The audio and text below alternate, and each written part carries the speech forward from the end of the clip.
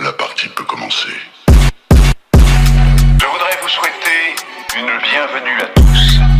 Celui ou celle qui sortira vainqueur d'ici jeu remportera une énorme somme d'argent.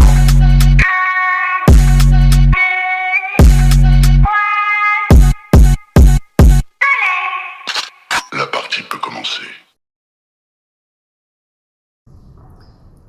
10 septembre 2025. Date intéressante. On ne sait pas d'où elle est sortie. On ne sait pas ce que ça va donner. Mais aujourd'hui, nous sommes le 30 juillet, me semble-t-il, ou le 29, je ne sais plus. Ce qui est certain, c'est qu'il y a déjà de la récupération politique. Il y a énormément de youtubeurs prétendument de droite qui sont contre. Enfin, ça va être en non-sens. Alors, qu'est-ce qu'on vous demande? On vous demande de ne pas dépenser, ok. On vous demande de rester à la maison, c'est pas ok. On vous demande de paralyser l'économie, ok. Mais je crois que les gens ont la mémoire très courte. Je vais parler de ce qui s'est passé en Espagne. Nous avons eu à plusieurs reprises des grèves générales. Donc tous les magasins étaient fermés, toutes les industries étaient fermées, personne ne travaillait, personne ne dépensait. Ça n'a rien changé. Rien. T'as même pas envoyé un message au gouvernement parce qu'ils ont continué à faire ce qu'ils faisaient auparavant. Donc, c'est pas comme ça qu'on peut faire les choses.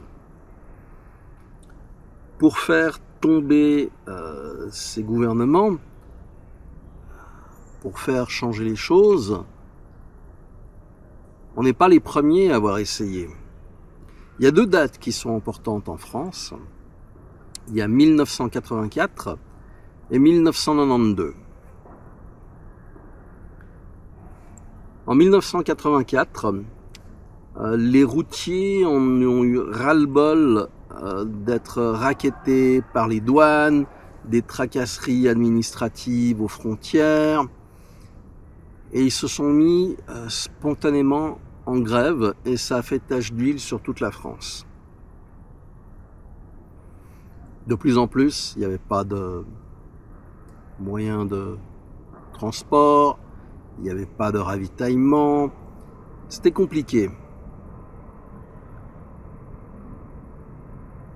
Les syndicats s'en sont mêlés, ça n'a rien donné bien évidemment, parce que c'était une action spontanée.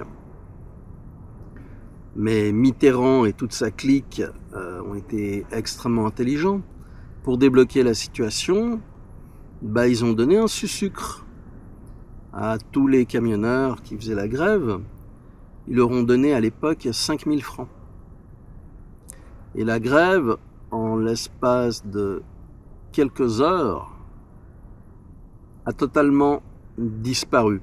Je vous mettrai le lien dans la description de la vidéo, au-dessous, pour que vous puissiez lire ce qui s'était produit à cette époque si vous ne le savez pas.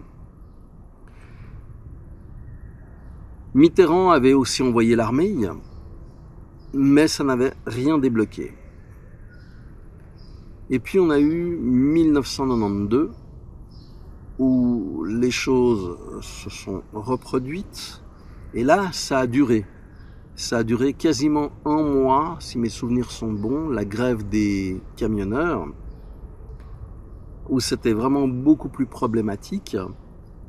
Et Mitterrand n'a pas hésité à envoyer l'armée avec les chars pour tirer les camions, ça les cassait bien évidemment. Et c'était à cette époque-là pour protester contre l'introduction, entre autres, du permis à points. Ça a duré un mois. Pourquoi? Parce que les gens n'ont pas de réserve financière, encore moins de nos jours. Ils ne peuvent pas se permettre de ne pas travailler puisque c'est en mode d'esclavage. Et c'est pas en allant frontalement contre ce système qu'on arrivera à le dézinguer. Alors oui, ne pas consommer une journée, c'est très bien. Ne pas utiliser la carte de crédit pour ceux qui ont la possibilité de ne pas l'utiliser, c'est très bien aussi. Pour ma part, je dépends totalement de la carte de crédit pour pouvoir vivre entre 2 mois, donc c'est compliqué. Je ne peux pas faire autrement, pour l'instant. Il faut savoir que lorsque vous payez, mettons, 100 francs en commerçant, ou 100 euros, eh bien, ce sont 100 euros qui vont directement dans sa caisse. Quand vous payez avec une carte de débit, une carte de crédit, il y a des taxes dessus. Donc, la valeur de l'argent que vous lui donnez diminue. C'est un point important. Donc, on diminue à chaque fois la valeur de ces 100 francs ou de ces 100 euros quand on paye par carte de crédit. Il faut en être conscient. Je vous conseille vraiment de lire le livre de Pascal Borel, 2024, parce qu'il explique comment mettre l'économie à genoux.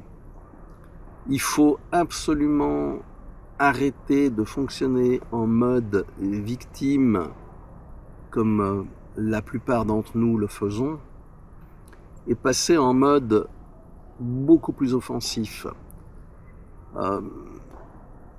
Vous avez Internet, vous avez téléphonie mobile, peut-être 1, 2, 3, voire 4 abonnements dans votre famille. Vous supprimez le maximum. Et oui. Moi je vois, j'ai besoin ligne de fibre optique en Espagne, ligne de fibre optique en Suisse, téléphone en Espagne, téléphone en Suisse, tout ça, ça fait des frais. Alors, comme j'étais pas content du tout, j'ai réduit au maximum le téléphone en Suisse pour ce que je l'utilise. Eh bien, on était arrivé avec les magouilles faites par la poste à peu près à 15, on va dire 17 euros par mois, 15 francs suisses.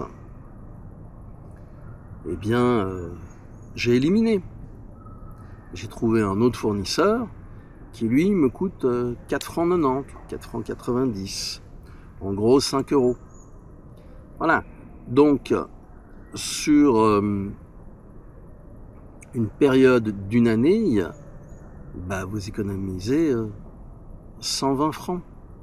130, 140 euros, à peu près. Ça, c'est pour un. Pour le téléphone en Espagne, j'avais eu les mêmes problèmes. Ils avaient essayé de magouiller. Je suis redescendu à un montant prépay de 5 euros par mois. Ce qui fait que j'ai éliminé 10 euros tous les mois, ça fait 120 euros. 120 euros plus 130, ça fait déjà 250 par année. Sur 10 ans, ça fait 2500. Et c'est comme ça qu'il faut penser.